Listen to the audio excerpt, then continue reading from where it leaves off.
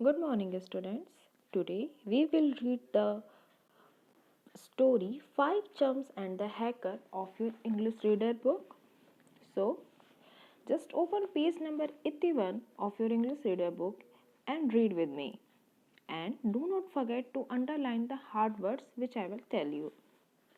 So, let's start it. This story has many parts. Today we will discuss only first and second part. So the story starts at the phone was ringing but Bill ignored it. Phone बज रहा था लेकिन bill ने उसे ignore कर दिया.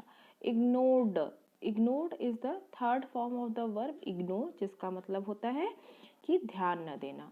She was busy at her computer developing a new program.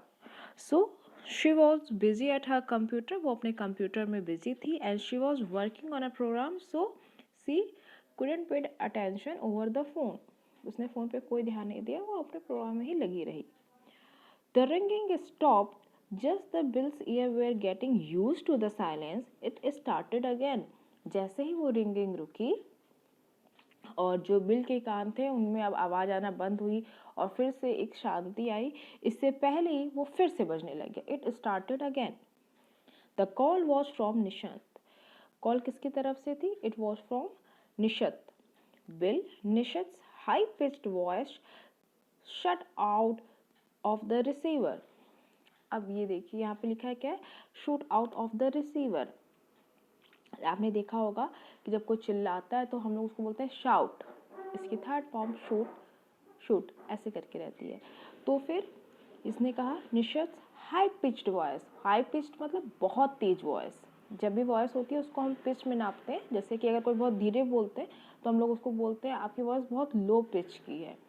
सो उसकी जो बहुत तेज आवाज़ वाली आई थी वो रिसीवर से सीधे बाहर आई. रिसीवर मतलब वो पार्ट फ़ोन का आपने लैंडलाइन फ़ोन में देखा होगा जिसको उठा के अपने कान के पास ले जाते हैं, उस पार्ट को हम रिसीवर कहते हैं. जैसा कि आपने स्कूल ऑफिस में भी देखा होगा और बाकी जगहों पे भी देखा होगा. तो जैसे उसने रिसीवर को उठा के कान में लगाया तुरंत बहुत तेज से आवाज़ उसके अंदर में से आई. कम राइट डाउन, तुरंत नीचे आओ. And Stephanie has just fainted in mister Subramanyam's flat. जो आंट स्टेफनी है वो बेहोश हो गई हैं मिस्टर सुब्रमण्यम के फ्लैट पे. ही हैज रंग अप 2 dozen एम्बुलेंसेज. उन्होंने जल्दी से रंग up is the third form of ringing. Ringing up it means जो कॉल करते हैं. रिंग अप उसकी थर्ड फॉर्म है रंग अप. तो उन्होंने क्या किया, उन्होंने बताया कि मिस्टर सुब्रमण्यम घबराहट में उन्होंने 2 दर्जन एम्बुलेंस को जल्दी से कॉल करके बुला लिया है. बसंती ओवरहर्ड मतलब ऐसा होता है कि किसी बात को छुप कर सुनना या फिर बिना जानकारी के सुनना. जैसे कि आप किसी से बात कर रहे हैं और कोई आपके पीछे ही है और उसने उस बात को सुन लिया. उससे बात तो की नहीं गई लेकिन उसने सुन लिया. इस चीज़ों को बोलते हैं ओवर हियर और इसकी थर्ड फॉर्म होती है ओवरहर्ड. तो बसंती जो वहीं खड़ी थी उसे वो बात सुनाई दे गई. And her eyes become round. और होता है ना जब आपको कोई अचानक से कोई स्ट्रेंज न्यूज़ मिलती है तो आपकी आंखें एकदम फैल जाती हैं. तो वही अचानक से उसे न्यूज़ मिली कि aunty Stephanie has just fainted, वो बेहोश हो गई हैं. तो उसकी आंखें एकदम फैल गई और वो बोली हु, कौन, क्या. सॉरी सेड बिल ने कहा sorry. You don't know all this people yet. मतलब कि वो यहाँ पे अभी अभी आई थी और उसको लोगों के बारे में नहीं पता था. Never mind just come. कोई बात नहीं, बस मेरे साथ आओ. On reaching the scene of action, जहाँ पे वो चीज़ हुई थी. सीन ऑफ एक्शन मतलब कि जहाँ पे वो चीज़ हुई थी वहाँ पे जब वो लोग पहुँचे, they found that Aunt Stephanie, a plump, ever-smiling woman, was heaving and thrashing about. Heaving and threshing. Heaving का मतलब क्या होता है? तेजी से जब आप, जैसे आपने देखा होगा कि अगर आप कुछ सीढ़ियों पे लगातार चढ़ते जाते हैं तो एक टाइम के बाद आपकी सांस फूलने लग जाती है. तो तेजी से आप सांस लेते हैं वो. और थ्रैशिंग अबाउट मतलब कि एकदम अनकंट्रोल वे में बदहवास एकदम होके रहना जिसमें आपको होश न रहे कि क्या हो रहा है. तो जो औरत थोड़ी सी प्लम मतलब हल्के से जो मोटी थी और एवर स्माइलिंग जो हमेशा खुश रहती थी, ऐसी जो थी वो एकदम तेज़ी से हड़बड़ा के बहुत डीप ब्रीदिंग कर रही थी और काफ़ी परेशान थी। Muttering under her breath, muttering का वर्ड नीचे भी दिया हुआ है। Muttering means speaking in low tone, that's a tough word. तो इस तरह से आप मटरिंग को अंडरलाइन कीजिएगा। Heaving, threshing, plum, scene of action and rung up, overheard and developing, these all words have to be underlined और इसको आप as a tough word भी लिखेंगे। When other tried to walk her to the waiting ambulance, she screamed, जब भी किसी ने try किया कि उसको उठा के वो एम्बुलेंस में ले जाए, वो चिल्लाने लग गई। It took her neighbors a full 10 minutes to get her into the ambulance, उनके जितने भी नेबर थे उनको पूरे 10 मिनट लग गए उनको एम्बुलेंस में ले जाने के लिए, क्योंकि वो एकदम अनकॉन्शियस होके काफ़ी चिल्लाई जा रही थी, बहुत परेशान थी और कोई भी उनको जब भी हेल्प करने के लिए आगे आ रहा था वो डर के चीखने लग जा रही थी। तो उनको पूरे 10 मिनट लग गए मिसेस स्टेफनी को एम्बुलेंस में डालने के लिए। The next day was Sunday.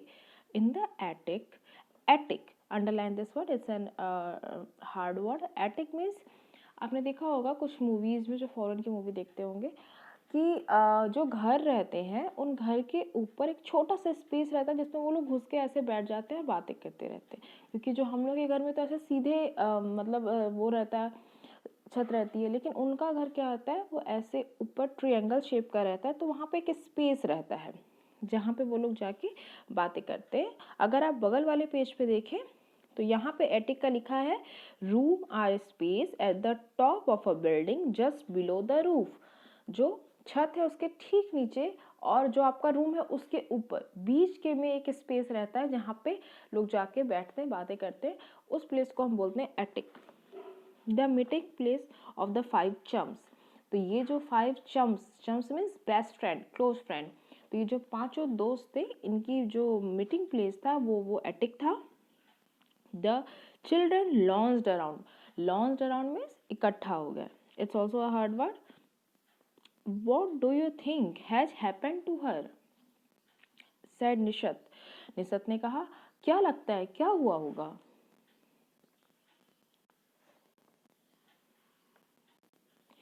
She might have just received some bad news. हो सकता है उनको कोई बैड न्यूज मिली हो। Like losing all her savings, said Arya। हो सकता है कि उनको कोई बैड न्यूज़ मिली हो कि उनकी जितनी सेविंग्स थी वो ख़त्म हो गई है, ऐसा आर्या ने कहा। और अ फ्रेंड, सेड निशत। क्या ये भी हो सकता है कि उनकी किसी फ्रेंड को कुछ हो गया तो वो घबरा गई हो, ऐसा निशत ने कहा। हर लाइफ, सेड बसंती क्वाइटली। लेकिन बसंती ने बोला कि नहीं, उनको अपनी लाइफ की टेंशन हो गई थी। तो फिर निशत ने उसे पूछा, how do you know that? तुम्हें ये कैसे पता? She kept saying, he will get me. तो उसने बताया कि जो मिस स्टेफनी थी वो बार बार एक ही बात बोल रही थी कि वो मुझे पकड़ लेगा, he will get me. Everybody was stunned. हर कोई एकदम स्टन्ड रह गया। स्टन्ड मीन्स जब आप अचानक से आप कोई ऐसी बात सुने कि एकदम जब आपको कुछ समझ में ना आए कि क्या ऐसा ही पॉसिबल, आप जब आप कंप्लीटली सरप्राइज हो जाते हैं, that stage is known as being stunned. That's also a hard word, you can underline it. After a long discussion, they began their investigation with the gatekeeper. उन्होंने क्या किया कि पहले वो लोग डिस्कस किया कि कैसे हम जान सकते हैं कि आखिर उनके साथ क्या हुआ था, क्योंकि वो तो अभी अनकॉन्शियस एकदम ऐसे बेहोश पड़ी हैं। तो हमें अब बाकी चीज़ों से जानना होगा कि उनके साथ हुआ क्या था। तो उन्होंने क्या किया, उन्होंने गेट कीपर से पहले इन्वेस्टिगेशन स्टार्ट की। Investigation, that's a hard word, investigation मतलब पूछताछ करना। तो उन्होंने उनसे पहले इन्वेस्टिगेशन स्टार्ट की। Had any strange man been visiting aunt Stephanie lately? क्या कोई स्ट्रेंज मतलब अपरिचित, कोई अपरिचित आदमी आया था क्या आंट स्टेफनी से मिलने? None, said the gatekeeper emphatically. Empathy मतलब होती है सद्भावना। जब कोई आप जैसे कि आप अटैच हो जाते हैं, या फिर जब आप किसी से बात, जैसे आप ही की कोई फ्रेंड है, अगर आपको कोई पता चला कि अरे किसी की तबीयत खराब है, because you are very close to them, you have an attachment with that person, तो फिर आपको उनके साथ एक एम्पैथी हो जाएगी। कि आप अगर वो दुखी हैं तो फिर आपको भी दुख लगेगा, आप भी परेशान होंगे, या फिर अगर वो लोग बहुत ज़्यादा खुश है तो आपको भी खुशी होगी कि हाँ वो कोई ऐसी वजह है जिससे वो लोग इतने खुश हैं। तो इस चीज़ को बोलते हैं एम्पैथी। तो जब वो उसने जो वहाँ का गेट कीपर था वो भी, क्योंकि उसी बिल्डिंग में मिसेज स्टेफनी रहती थी और उनसे काफ़ी बातचीत वगैरह भी होती रहती थी, तो फिर उनको भी उनसे एक एम्पैथी, एक सिंपैथी थी कि उनके साथ जो बुरा हुआ, तो उसी ने उसने काफ़ी एम्पैथेटिकली, मतलब काफ़ी प्यार से उसने भी कहा कि नहीं ऐसा कोई आया ही नहीं था, ऐसा उनके साथ कैसे हो गया, कोई भी उनसे मिलने नहीं आया था। Next, the 5 chums question Mr and Mrs Bose who stayed next door. अगले दिन क्या हुआ कि 5 चम्स, यहाँ पे वर्ड आ रहा है चम्स, चम्स का मतलब आप लोगों को पता ही चल गया होगा, that is a close friend. तो वो जो पांचों दोस्त थे वो काफ़ी क्लोज बेस्ट फ्रेंड टाइप के थे। तो उन्होंने क्या किया, उन्होंने मिस्टर और मिसेज बोस, जो कि अगले ही नेक्स्ट डोर मतलब उनके ठीक बगल में रहते थे, उनसे बात करने गए। Did you hear anything disturbing? क्या आपने ऐसा कुछ सुना जो कि काफ़ी डिस्टर्ब करने वाला था? No said the Boses. उन लोगों ने कहा कि नहीं ऐसा तो हमने कुछ भी नहीं सुना। I think we have learned one thing, that the threat came by phone. Basanti ने ऐसा कहा। बसंती ने बोला कि इन सारी बातों से एक बात पता चलती है कि उनकी किसी से बात नहीं हुई, कोई उनसे मिलने नहीं आया। इसका मतलब क्या है कि पक्का उन्हें कोई कॉल आई होगी, वो जो भी बात है वो फ़ोन से आई होगी। How do you know that? She didn't go out, वो कहीं बाहर नहीं गई। Not did she have any visitor, नहीं उनसे कोई मिलने आया। विजिटर मतलब the person who visits to you, जो कि आपसे मिलने आता है उसको बोलते हैं visitor. Suddenly she rushed to the opposite flat and fainted. तो क्या हुआ, वो सडनली मतलब अचानक से, बस वो दौड़, रश्ड मतलब काफ़ी तेज़ी से जाना, दौड़ते हुए जाना। She rush to the opposite flat and fainted, वो बस सामने वाले फ्लैट में गई और वो बेहोश हो गई। Someone must have threatened her over the phone. अब थ्रेटेंड मतलब होता है डरा देना, थ्रेट देना। जैसे आपने बोले होंगे थ्रेट कॉल आती है, मतलब कि क्या होता है कि ऐसी कॉल जो कि आपको डिस्टर्ब करे, जो आपको डराए, उसको थ्रेट कॉल कहते हैं। तो किसी ने पक्का उनको फ़ोन पे थ्रेटन्ड किया होगा, डराया होगा। तो ये सारे हार्ड वर्ड्स को आप लिख सकते हैं। After that, excellent reasoning said Arya. Arya ने कहा बहुत एक्सीलेंट, आपने ये दिमाग लगाया, बहुत अच्छी से आपने ये एनालाइज किया, इस रीजनिंग तक पहुंचे। Let's visit aunt Stephanie and ask her. चलो आंट स्टेफनी के पास चलते हैं और उन्हीं से पूछते हैं। In the narrow bed, in a strange robe, lay Aunt Stephanie. There were dark circles under her eyes. तो क्या हुआ था, वो एक छोटे से बेड पे लेटी हुई थी आंट स्टेफनी, और उनकी आंखों के चारों तरफ डार्क सर्कल्स पड़ चुके थे। Aunty asked Bill in a gentle voice, are you worried about something? तो बिल ने क्या कहा, बिल ने उन्हें जेंटल वॉइस मतलब काफ़ी प्यार से अच्छे से पूछा कि क्या आप किसी चीज़ से बहुत परेशान हैं? वरीड मतलब परेशान होना। तो लास्ट टीयर्स रोल डाउन हर चेक्स, जैसे उसने पूछा उनकी आंखों से बड़े बड़े आंसू गिरने लग गए। रोल डाउन मतलब कि नीचे आंखों से गिरने लगना। समवन सी शॉप्ड, शॉप्ड मतलब कि सुबकना। आपने देखा होगा जब कोई बहुत दुखी होकर या रोते हुए बोलता है, जब रोते रोते बोलते हैं उसको बोलते हैं सॉबिंग, सॉब्ड। उन्होंने कहा कि someone is watching me all the time, कोई मुझे लगातार देख रहा है। He says he will kill मी, वो मुझसे कह रहा है कि वो मुझे मार डालेगा। ओह आई एम सो स्केयर्ड, मुझे बहुत डर लग रहा है, मैं बहुत डर गई हूँ। Mrs Stephanie then told the children that someone was keeping a close watch on her. कि क्लोज वॉच मतलब कि एक एक चीज़ पे नज़र रखना, उसको बोलते हैं क्लोज वॉच। तो मिसेज स्टेफनी ने कहा कि कोई है जो कि उनके ऊपर चारों तरफ हमेशा निगरानी रखा हुआ है, बहुत ध्यान दे रहा है कि वो क्या काम कर रही हैं। The person knew all the details like what she cook, what she said to whom and even what she thought. उसने कहा कि वो आदमी सब कुछ जानता है, मैं क्या बनाने जा रही हूँ, मैं किससे बात करती हूँ, मैंने किससे क्या कहा, और ये भी कि मैं क्या सोचती हूँ। The children were shocked, children उसको एकदम शॉक सा लगा। व्हाट्स वर्स, और इससे भी बुरा क्या होगा कि he rings me up to tell me that what all he knows about me, और उसने मुझे कॉल करके ये सारी बातें बताई कि मुझे आपके बारे में सब कुछ पता है।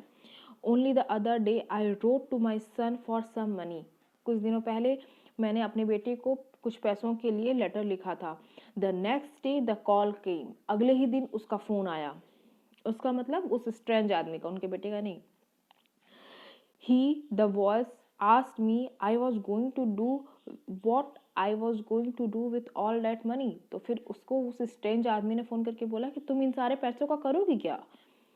वेप्ट आंट स्टेफनी, और आंट स्टेफनी कहते हुए रोने लग गई कि उसे सब कुछ पता है कि मैं क्या लिख रही हूँ, मैं क्या सोच रही हूँ, मैं कहाँ जा रही हूँ, मैं कहाँ आ रही हूँ, मैं किससे बात कर रही हूँ। वो आदमी ने मेरे ऊपर निगरानी रखी हुई है।